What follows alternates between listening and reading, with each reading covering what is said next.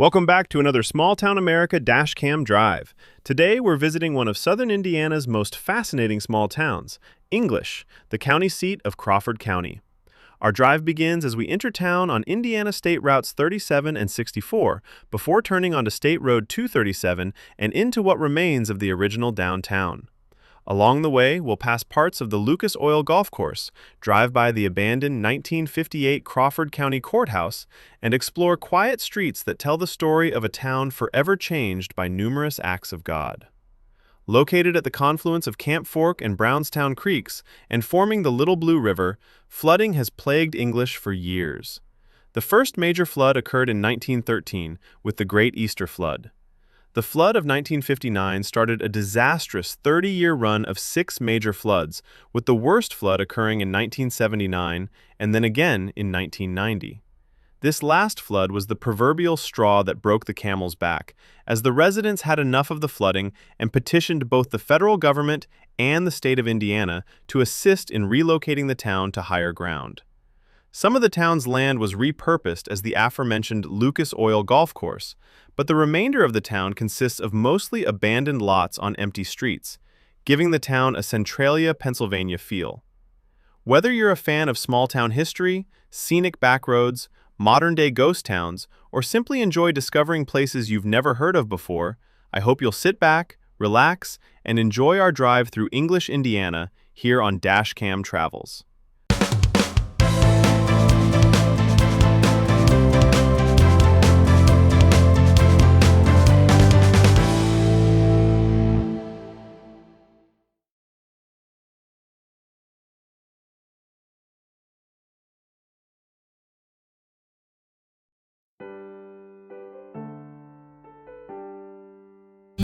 Thanks for riding shotgun with me on this quick trip through English. If you enjoy this video, please consider subscribing, liking, sharing, or commenting on the video. Most importantly, enjoy the ride.